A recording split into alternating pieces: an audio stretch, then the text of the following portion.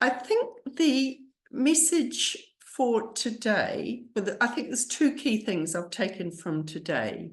You are not alone, and there is hope.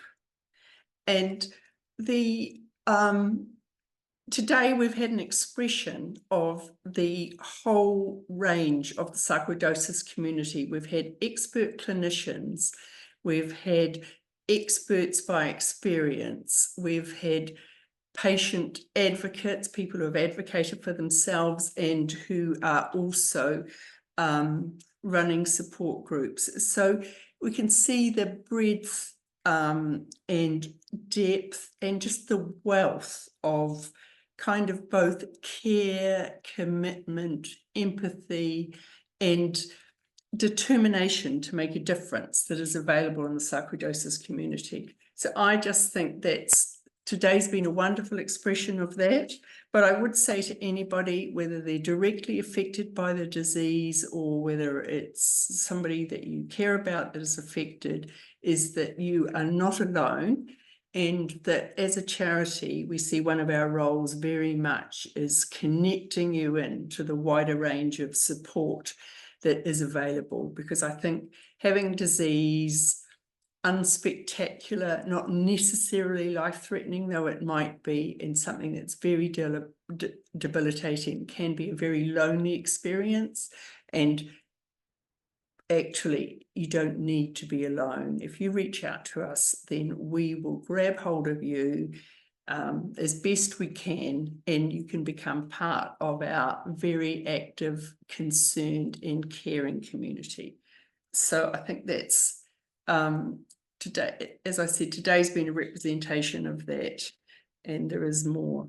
And then the other thing I think is we have hope. We've heard about the research, and SarcoidosisUK itself is one of the partners with a whole lot of other lung health charities that are getting together to attract more interest and more investment in lung health. We saw how the cancer sort of community all got together and said, we can do better. Well, the lung health community is getting to better and saying, we want to do better.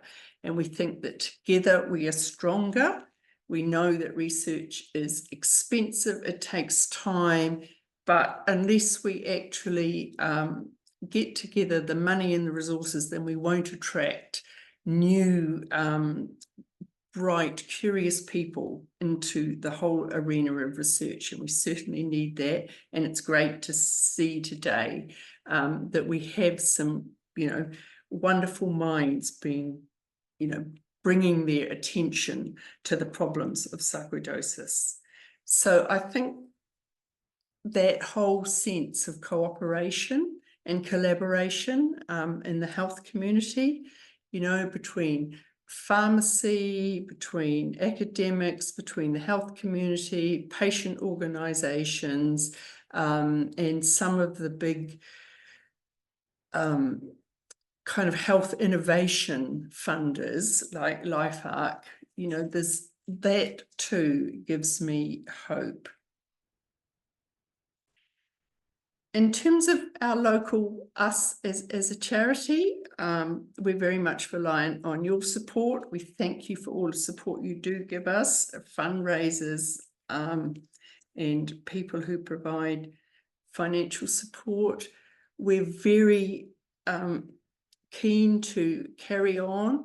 We want to expand our own research and investment. We used to have a partnership with the British Lung Foundation that came to an end when they changed the structure of their charity, but we are rebuilding that profile, and we are expanding our network of medical and scientific advisors so that we can position ourselves to invest in research or to support other research efforts.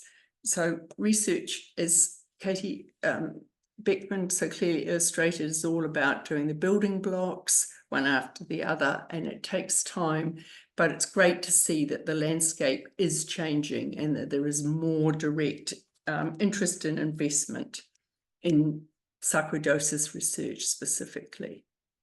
So I just wanted to wrap up by saying thank you very much to everybody who's taken part, and particularly to the presenters and to Graham and Eva and Mary, who have laboured very hard to make this event happen.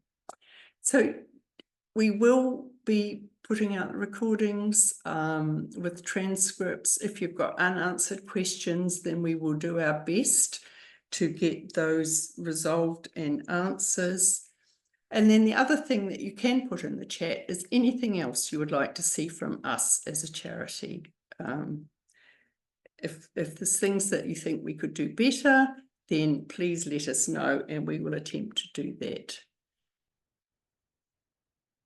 So again, thank you very much, everybody, for your interest and support. And I just hope that we can see you when we have our next patient day.